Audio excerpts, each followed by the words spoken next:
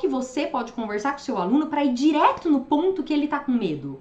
Pensa no seu cliente com a hérnia de disco. Como que você vai direto no ponto? Ele não tem dor no dia a dia? O que o seu trabalho pode fazer por ele? Pode minimizar essa dor? O seu trabalho pode dar qualidade de vida para ele? O seu trabalho pode permitir que ele pegue o neto no colo? Que ele sente no chão para brincar com o filho? Que ele dirija levando a família dele para a praia? Que ele carregue a compra do mercado? É esse tipo de dor que você tem que resolver no primeiro contato. Olha, essa sua dificuldade, cliente, a dificuldade é a dor, ok? Não significa apenas dor. Pode ser um sedentarismo, um sobrepeso, o que for. Dor, certo? Ok? Isso a gente vai chamar de dor daqui pra frente.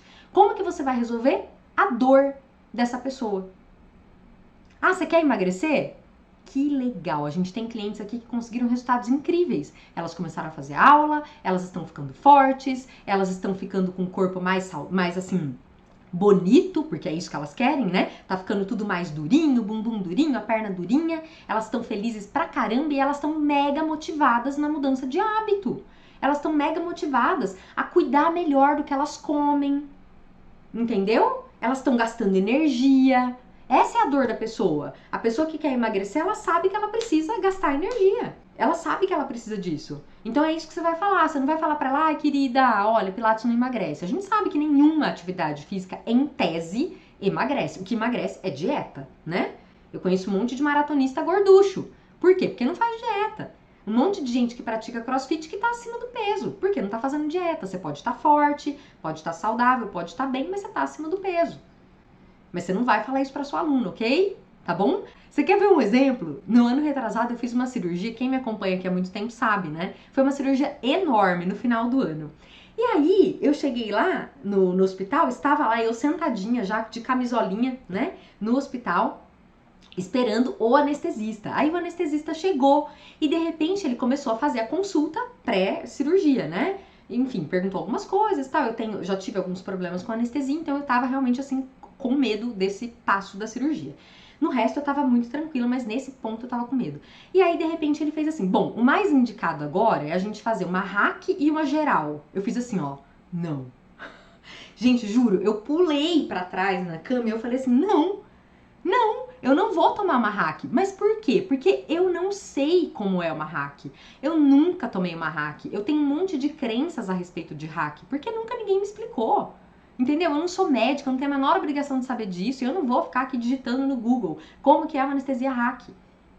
E aí eu fiquei branca de medo. E ele falou assim, calma, se você fosse a minha filha, eu faria isso. Se você fosse a minha irmã, eu te indicaria isso. Porque você vai sofrer menos depois no pós-operatório. Falei, tudo bem. E os riscos? Aí ele falou lá que era um negócio finíssimo, uma cânula finíssima, o risco era ínfimo, enfim. E aí eu topei e de verdade foi a melhor coisa que aconteceu, porque o meu sofrimento foi muito menor. Mas olha a crença que a gente tem. O que ele fez no momento? Você acha que ele ia me... Eu perguntei do negócio da cânula, mas ele não ia me explicar. Ele me falou porque eu perguntei. Mas ele me disse o seguinte, olha a dor. Olha como ele pegou no meu problema. Ele disse assim, o seu sofrimento no pós-operatório será menor. Era tudo que eu queria. Porque eu tinha feito uma outra cirurgia dessa 8 anos atrás e tinha sido tremendamente traumático. Eu sofri horrores no pós-cirúrgico. Eu pedia remédio e as enfermeiras diziam assim, o seu médico já dei o máximo que ele receitou, não tem mais.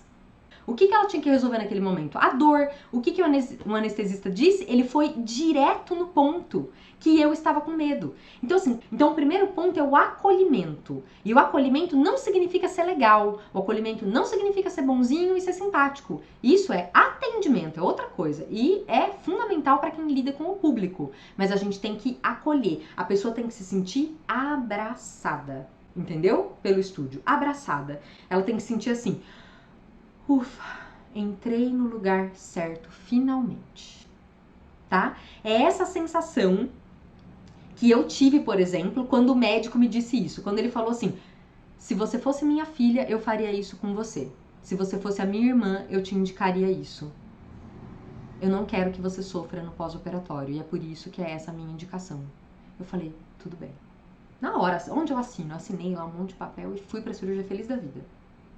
E pra quem quiser saber, não senti nada, tá? Eles só me mandaram ficar assim, ó. Eu fiquei inclinada pra frente, eu não senti absolutamente nada, gente. Foi o negócio mais inacreditável do mundo, tá? Do mundo. Eu tinha vontade de dar um beijo no médico, de tão feliz que eu fiquei. Então ele resolveu a minha dor. Pô, esse cara, 1000%, entendeu? Seja você essa pessoa 1000% pro teu cliente. Beleza? Vamos pro segundo ponto, que eu já até falei um pouquinho aqui. A gente tem que satisfazer as expectativas do nosso aluno, né? Sempre num primeiro momento, assim, numa aula experimental, numa primeira conversa, numa avaliação, qual que é o nosso principal, a nossa principal preocupação? A gente fica assim, eu tenho que saber qual é a necessidade, o objetivo, o desejo do aluno. Bom, é isso que eu ensino aqui pra vocês, né? E isso é ouro. Mas existe uma coisa importante. Qual é a expectativa dele? Ele quer tudo aquilo. Eu quero ficar bonitona, eu quero ter uma boa postura, eu quero emagrecer. Legal. E o que você espera da sua aula hoje? Porque hoje, em uma aula, não dá pra ganhar postura, não dá pra emagrecer e nem dá pra ficar bonitona em uma aula. Então, qual é a sua expectativa hoje? Pra você saber o que a pessoa entende por Pilates. De repente ela te fala assim, eu entendo que Pilates é só alongamento, né? Aí o que você faz? Você alinha a expectativa com ela. Então, muitas pessoas mesmo acham que Pilates é só alongamento, mas você sabe que não? O Pilates é uma técnica baseada em força, mas é uma força com o corpo de um jeito muito mais agradável do que uma musculação, do que um crossfit, do que um exercício funcional. As atividades são muito mais gostosas, é muito mais dinâmico, você, né, vai fazer a força, mas ao mesmo tempo você alonga, então é uma força que relaxa. Você vai adorar, você vai ver só. Mas não é só alongamento, né? E mesmo porque, para atender essa sua necessidade aí de ficar bonitona, de ter melhor postura e de emagrecer, a gente precisa de força. Vocês entenderam? Então a gente tem que alinhar a expectativa, porque pode ser que você pegue esse cliente que diga assim, eu quero fazer força, nossa, eu preciso ficar forte, eu quero emagrecer, eu quero isso, eu quero aquilo, pipipi, popopó, e aí de repente você vai lá e fala assim, bom, então eu vou preparar uma aula para ela bem intensa e dinâmica. Por quê? Porque ela já faz atividade física, ela tem essa capacidade física e é isso que ela está dizendo que é o objetivo dela. Só que você não perguntou qual é a expectativa. E aí o que acontece? Você dá a aula para ela e ela fala assim, mas eu achei que a aula fosse ser o meu momento de relaxamento da semana. Nossa, eu tava esperando assim, sabe? Uma coisa assim super suave. Aí você fica assim, ó, você tá de brincadeira, né? Entendeu? Só que a culpa foi sua. E eu já contei aqui, acho que lá na live 2, 3, sei lá, que isso aconteceu no meu estúdio. Eu queria morrer há anos atrás. Eu queria morrer. Porque acho que na pressa ali, a mulher tava com pressa, não deu pra conversar. Ela veio pessoalmente, mas ela tava apressada. E aí, eu me lembro que ela tava com os cachorros, ela nem entrou no estúdio. Sabe aquela coisa atropelada? E aí, rapidamente, eu conversei com ela. Passei pra equipe, e a equipe, ó, dá-lhe lenha na mulher. Ela já fazia atividade física, já era forte, deu uma baita de uma aula. Ela já tinha feito pilates, inclusive. Quando acabou, ela falou, nossa, realmente a aula foi ótima, mas eu achei que fosse ser o meu momento relaxante. Aí eu consegui reverter, eu falei, olha, então houve um mal entendido, a culpa foi minha, assim, assado, porque eu entendi que você queria isso. Ela falou, é verdade, né, eu te falei isso. Eu falei, então, eu não esperava que você fosse... Porque se você me diz, olha, Tati, eu já faço 5 vezes de atividade física por semana lá fora, 5 vezes. E aí um dia eu quero vir aqui só pra fazer uma aula tranquila. Tá tudo bem, eu consigo atender essa expectativa, entendeu? Agora, já que você não me avisou, eu fui baseada, eu planejei a sua aula baseada nos seus objetivos, nas suas necessidades e no seu desejo. E ela compreendeu, ela falou, é verdade, foi uma falha de comunicação. Então, por que eu tô contando aqui essa história? Pra vocês não errarem nisso.